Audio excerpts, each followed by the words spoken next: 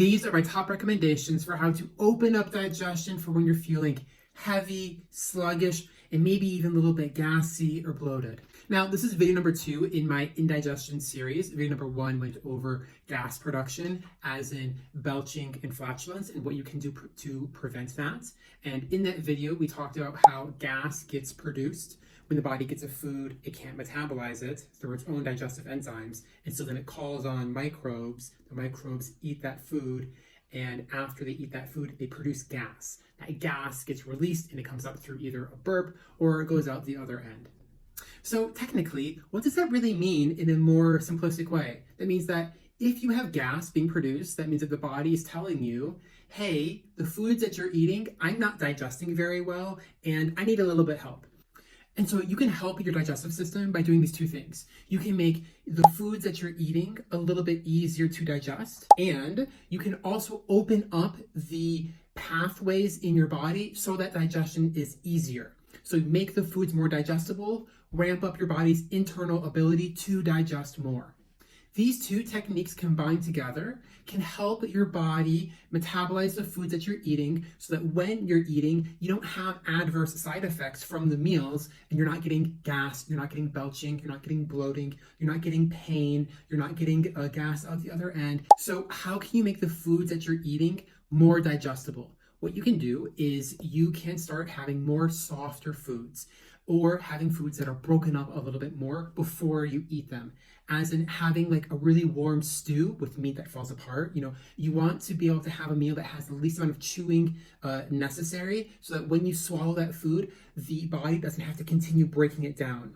There's a really big difference between having, like a soup that you just kind of swallow and having, like a celery stick that you're crunching on, or having an apple, or having like a really like a tough steak, for example. If you're chewing and you're swallowing that and it's still kind of in the roughage, harder state, the body has to continue breaking that down no matter how much you have chewed.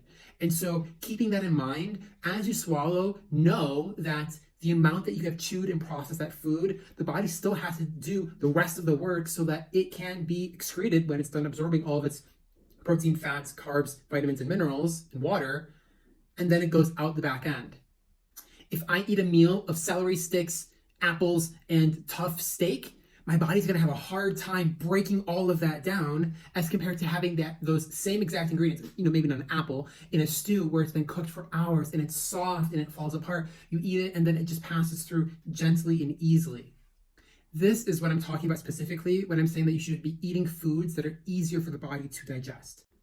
Now, what that also means is having more simple foods that the body can recognize and digest. When you are eating, for example, something that requires a very long time for cooking, such as like a bean or a lentil, for example, these are very hard plants and they are full of fiber, which is good in a certain sense. But for someone that is having a hard time with digestion, having such a hard plant material that needs to be cooked for such a long time as a main ingredient, or just a more common ingredient in the diet, is not necessarily going to be the best idea, because these types of foods are very fibrous, and fiber, by definition, is non-digestible. The body cannot digest fiber, full stop. It is an inert substance that we take in. It does act as a broom to help clean out, but it does go out the way it came in, almost unchanged. So if you do happen to have a diet that is pretty rich in plant matter, which is absolutely not a problem, you maybe want to reconsider how you're eating your fruits and vegetables. If you are, for example, having like chickpeas, instead of having just like the individual chickpeas, you would then instead have hummus. It's very clear that the body is going to have a much easier time breaking down hummus, which is a blended chickpea, with herbs and spices and everything else, because it's already been broken down. If you yourself are eating the chickpea whole in its own sense, and you're doing all that mashing and everything else, and then you're swallowing, your body still has to break down the rest of that chickpea. It has more work to do. And so what I'm getting at is a full chickpea is going to be harder for the body to break down compared to hummus. And so what you would want to consider is, how am I eating these fruits and vegetables that are in my diet? Are they in their most breakdownable states? Can I ferment this? Can I cook this longer? Is there a certain food process, traditionally speaking, that is present that would help facilitate digestion? Also, if you are having gas or indigestion, you may want to consider looking into, what a lectin is, what an oxalate is, what, your nightshades are, and maybe do an elimination protocol where you take them all out and then you add ingredients back in one at a time to see if there's a culprit that is causing gas for you specifically. Of course, if you need help with this type of concept or approach, please feel free to reach out, whether it be an elimination diet, FODMAPs, gluten intolerance, dairy intolerance, fill in the blank. Please either leave a comment in the comment section below or reach out. I'd be more than happy to help. Now, this wasn't necessarily in my notes to talk about, but I do think that it is an important topic to touch on. It's also that when you are looking at artificial ingredients, these types of ingredients in processed foods are not recognizable by the system.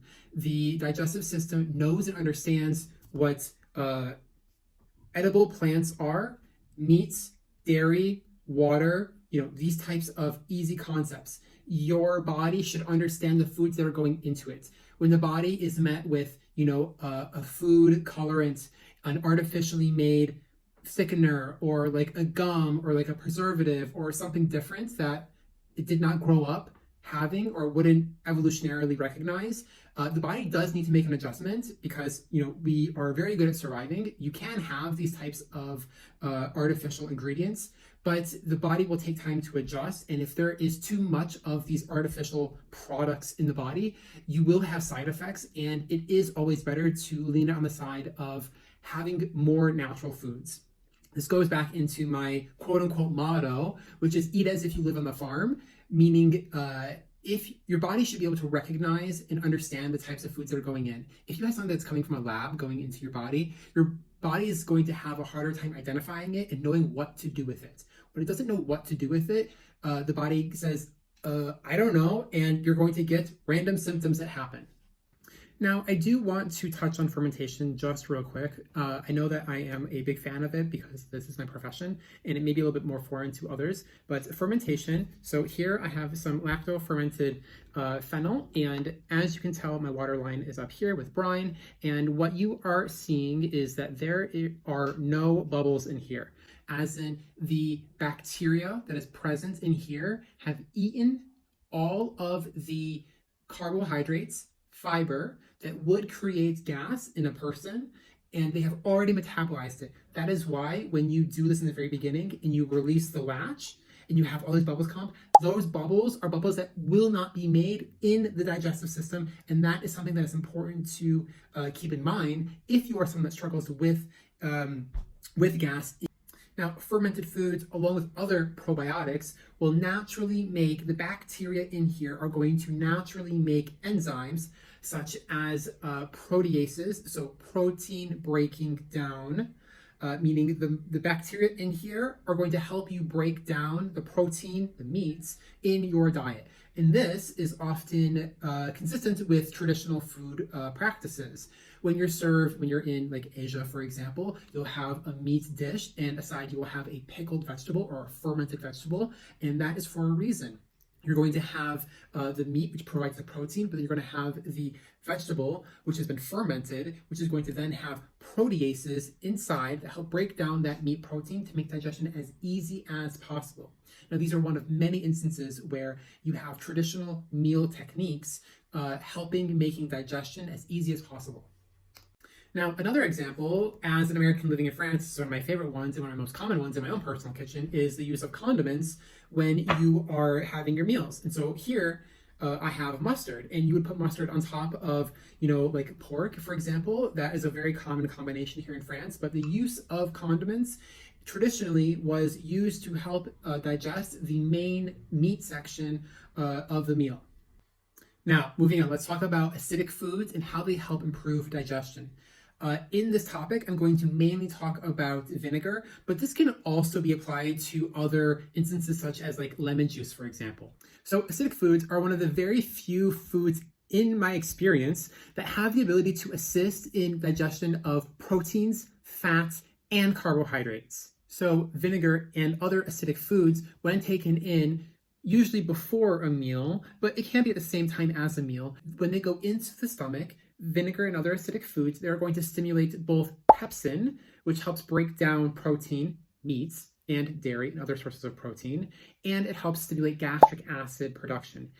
Now, transitively, when gastric acid is amplified through having an acidic food, the fact that gastric acid is being turned on, that's also going to activate bile and the liver opening up, so it stimulates also protein digestion, but then also fat digestion, because as the liver opens up to allow bile to flow through, the bile is going to help break down the fat that's also always accompanied in a meat or a protein in a meal.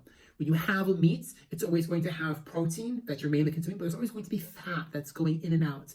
So this is a biologically logical system that the body has set up to, once you have acid coming in, that it stimulates both protein digestion in the stomach, but also fat digestion when it gets lower down into the intestines.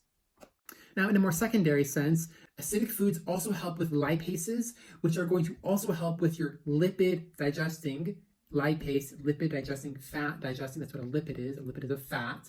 And so you're also going to have, open bile for fat digestion, and you're going to have lipases open up for even more fat digestion, which then ensures that whenever you're having like a protein in your meal, and you're accompanying it with an acidic food, whether it be mustard, which is basically mustard grains just mix in with a bunch of vinegar and acid, or you're having something else, lemon juice over a fatty salmon. When you have enough of this acid that's being coupled with a protein in your meal, you're going to ensure the most easy path for digestion when you are trying to amplify these pathways. Meaning that you're going to feel less heavy after having a meal that has protein with an acid on top, comparative to a meal where you're only having a protein. If you were to have, for example, a chicken breast with nothing on it, you would technically feel a little bit heavier than if you had chicken breast with this type of like acidic sauce next to it. Next, acidic foods also do help with carbohydrate metabolism when introduced into the body together. So usually what's going to happen is you're going to have more of an acidic type of main savory meal, and then afterwards you would have something sweet. If there is something that is acidic on the plate, the dessert would then create less of a blood sugar spike because you have had your acidic section before the dessert. Meaning, when you do have an acidic component to your main meal, your blood sugar is not going to spike and then drop, creating a crash, but rather it will spike during the meal, which is normal and to be expected, and you should not be afraid of it, but it will level out more easily so that you don't have a crash, but you have a stabilized blood sugar level throughout the day, giving you energy throughout the day and not feeling this, heavy, post-meal crash. Now, separately, I do want to mention that it may not come to mind, but technically, fermented foods, if I were to stick a pH strip in this thing, it would be acidic. It would be as acidic when I do fermented fermented cabbage to make sauerkraut, which I have a YouTube video on. You feel free to check it out, where I dip a pH strip in it. It is as acidic as stomach acid, which is how the fermented foods help with digestion. So please do keep that in mind and don't dismiss the power that a fermented food can have in the diet.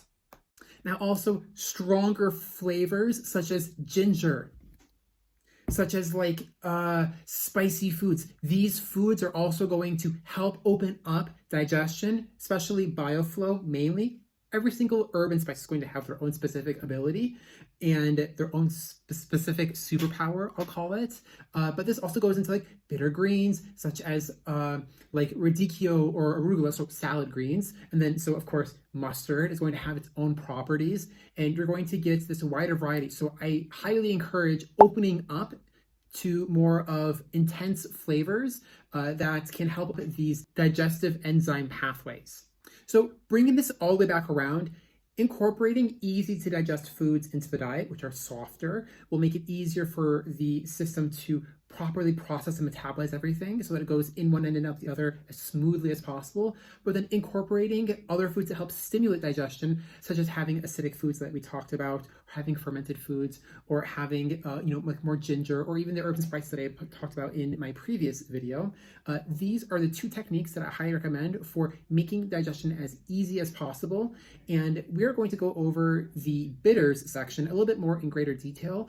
And this will touch on bloating, and it will touch on even some of the like yeast infections and how that influences gut health, because that is a little bit more of a separate and different type of protocol when we're talking about gut health and encouraging fluidity from start to finish when you're having your meals. I want to thank you so much for watching. If you liked this series, please give me a like and subscribe. It tells YouTube that you like what I'm doing. Once again, my name is Matthew Kress of Kress Dietetics. You can find me either here on YouTube or at my website. Please feel free to comment in the comment section below, or check out what I'm doing on social media. I'm on almost all of the platforms. And if you would like to have a consultation with me, you can do so at kressdietetics.com. And I would like to thank you once again for watching this video, and I will see you in the next one. Bye.